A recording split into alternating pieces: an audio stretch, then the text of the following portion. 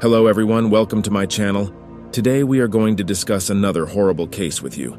From a troubled childhood to a shocking murder, Sabrina Zunich's life took a dark turn when she met Kevin Knoefel. What drove a foster teen to commit a gruesome crime? Stick around to uncover the chilling truth behind this tragic tale.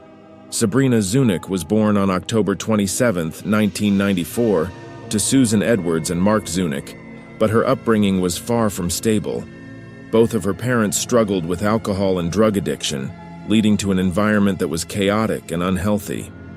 As a result, Sabrina spent much of her childhood being raised by her grandmother in Wickliffe, Ohio, a small suburban town.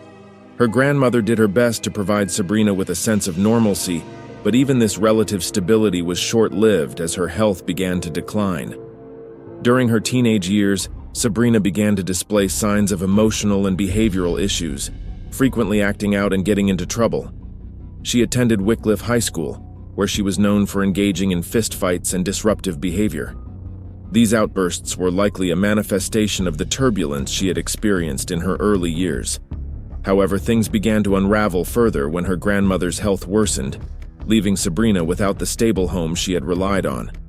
As her juvenile behavior continued to escalate, it became clear that her grandmother could no longer care for her. In 2010, Lake County officials intervened, and Sabrina was placed into the foster care system. Over the next several months, she bounced between group homes and foster placements, never quite finding a permanent home. Her experience in the system was tumultuous, leaving her feeling even more adrift and isolated. In July 2011, at the age of 16, Sabrina was placed in the care of Kevin and Lisa Knoefel, a married couple living in Willoughby Hills, Ohio. Lisa Knoefel worked as a social worker for the Cuyahoga County Department of Children and Family Services, and Kevin was a truck driver. They already had 2 daughters of their own and lived what seemed to be a stable middle-class life. At first, Sabrina appeared to fit in well with the Knoefel family. For a girl who had been shuffled around the foster care system, the Knoefels' home provided a sense of security that she had long been missing. For a brief period, life with the Knoefels seemed to be going smoothly. Sabrina now had a structured environment, and the promise of a better future seemed within reach. However, by December of the same year, tensions began to surface. Sabrina started clashing with Lisa, particularly over the rules and expectations that Lisa set for her. As a social worker, Lisa had experience with troubled teens, but Sabrina's rebellious nature began to strain their relationship. Sabrina also felt that Lisa treated her biological daughters more favorably, which deepened her resentment. In response, Sabrina found herself gravitating towards Kevin. Unlike Lisa, who maintained strict rules, Kevin seemed more understanding and approachable. Their relationship became increasingly close, with Sabrina feeling that Kevin was the only person who truly understood her. As her relationship with Lisa deteriorated, Sabrina began to confide more in Kevin, seeking comfort and validation from him. What started as an emotional connection between Sabrina and Kevin soon crossed a dangerous line. Sabrina was vulnerable, desperate for acceptance and love, and Kevin, as her foster father, exploited that vulnerability. It wasn't long before their relationship became sexual. By April 2012, less than a year after Sabrina had moved in, the two were engaged in a full-blown affair. At 17, Sabrina was still a minor, while Kevin was in his 40s, making the relationship both illegal and morally reprehensible. Sabrina believed that what was happening between them was consensual, but regardless of her feelings, Kevin was her legal guardian and a father figure. This made the relationship predatory by its very nature. Kevin, who should have been providing guidance and care, instead manipulated Sabrina for his own gain. By the summer of 2012, Kevin and Lisa's marriage had begun to show signs of serious strain. The couple's relationship became so tense that close friends and family began to hear whispers of an impending divorce. Meanwhile, Sabrina was caught in the middle, torn between her growing affection for Kevin and her increasingly hostile relationship with Lisa. On Sabrina's 18th birthday, October 27, 2012, she took a significant step by applying to the state for permission to remain with the Knoefels. Though she was now legally an adult and could have left the foster care system, she chose to stay. For Sabrina, The idea of leaving Kevin was unbearable. However, Lisa had reached her breaking point. Just a few weeks later, she informed Sabrina that she would need to move out by January 1st, 2013. At this point, Sabrina was desperate. She saw Lisa as the only obstacle standing between her and a future with Kevin.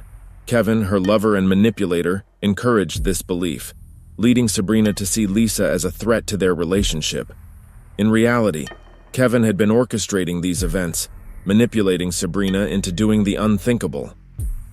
On November 15, 2012, Kevin drove Sabrina to school, and during the ride, he broke down in tears.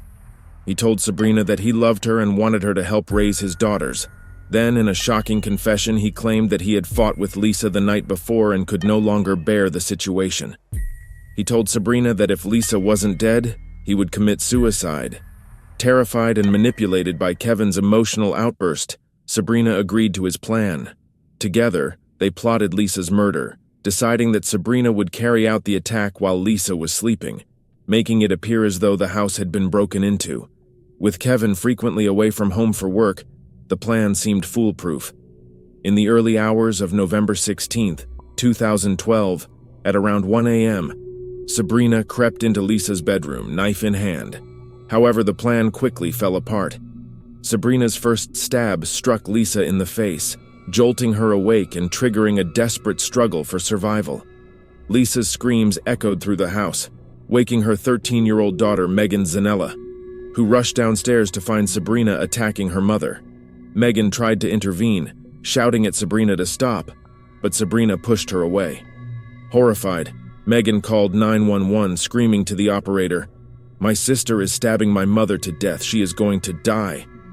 By the time the police arrived, Lisa had been stabbed nearly 200 times and was pronounced dead at the scene. Sabrina, covered in blood and suffering from self-inflicted wounds, was taken into custody, but she refused to speak to investigators. There was no way to stage the scene as a burglary gone wrong. When the police arrived at the Knoefel home, Sabrina Zunich was still holding the murder weapon, and her wounds and shock did little to cover up what had happened. With Lisa's daughter Megan witnessing the brutal attack and having already called 911, Sabrina's plan, which she had concocted with Kevin Knoefel, unraveled instantly. Kevin had anticipated the possibility that Sabrina might be caught, and in their planning, he provided her with a strategy. If Sabrina were arrested, Kevin instructed her to claim that she had blacked out and had no recollection of the murder. He reassured her that this would likely lead to her being declared mentally ill, thus avoiding a lengthy prison sentence. Instead, according to his manipulative promise, she would be sent to a mental health facility and eventually released. Sabrina, vulnerable and mentally unstable, trusted Kevin's plan. When authorities notified Kevin about Lisa's death, his reaction was far from what one might expect from a grieving husband. Instead of displaying shock or devastation, Kevin appeared composed and surprisingly detached. He asked questions, but they were more focused on the specifics of the attack than on the loss of his wife. His behavior raised suspicions among the officers and, later, among friends and family who visited the home in the aftermath of the crime. His aloofness and lack of visible grief seemed odd given the tragic circumstances. The day after Lisa's murder, Kevin attempted to visit Sabrina, but police denied him access. His continued strange and detached behavior became a topic of conversation among those close to the family. Rather than mourning Lisa, Kevin's focus shifted to securing financial gains. He swiftly collected on Lisa's life insurance policy, totaling $780,000. With the money, Kevin paid off his mortgage, purchased new vehicles, acquired a house in Florida, and even took flying lessons, behaviors that further highlighted his cold and calculating nature. As time passed, Sabrina, now in custody and facing the reality of what had transpired, began to feel utterly abandoned by Kevin. By July 2013, the man she had once viewed as her lover and protector had ceased communication with her altogether. Kevin, who had been Sabrina's confidant and manipulated her into committing murder, now showed no interest in her well-being. Feeling betrayed and alone, Sabrina eventually agreed to cooperate with investigators. She agreed to testify against Kevin in exchange for a plea deal that offered the possibility of parole after serving 30 years. To corroborate Sabrina's testimony, investigators devised a plan. They asked one of Sabrina's high school friends, Autumn Pavlik, to make controlled phone calls to Kevin in an attempt to elicit a confession. Autumn called Kevin twice, but both conversations remained frustratingly superficial, with no useful admissions. Investigators then escalated their efforts by asking Autumn to wear a wire and confront Kevin in person at his home. In a face-to-face encounter, Autumn accused Kevin of having an affair with Sabrina and manipulating her into murdering Lisa. While Kevin did not explicitly confess to the murder, his failure to deny the accusations was enough to implicate him in the crime. On August 9, 2013, nearly a year after Lisa's death, Kevin Knoefel was arrested and charged with murder. Despite his arrest, Kevin maintained his innocence, repeatedly insisting that no affair had ever taken place between him and Sabrina. He claimed that Sabrina's allegations were nothing more than fabrications born out of her mental health struggles. Aside from Sabrina's testimony, investigators lacked physical evidence directly linking Kevin to the murder or the affair. This meant that the outcome of the trial would hinge on whether the jury believed Sabrina's version of events. Kevin's trial began on May 29, 2014, and the stakes were high. He was accused not only of orchestrating his wife's murder, but also of manipulating a vulnerable teenage girl to carry out the act. The prosecution argued that Kevin had used Sabrina's mental state and emotional fragility to his advantage, convincing her to kill Lisa so he could avoid a messy divorce and collect the life insurance payout. According to their narrative, Sabrina was merely a pawn in Kevin's cold-blooded plot to rid himself of his wife without facing the consequences.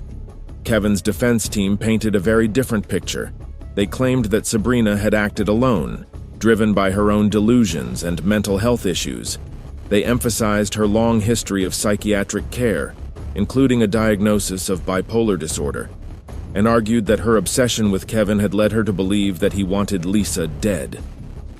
Kevin's lawyer framed Sabrina's story as a fantasy, one that she had created in her mind to justify her actions.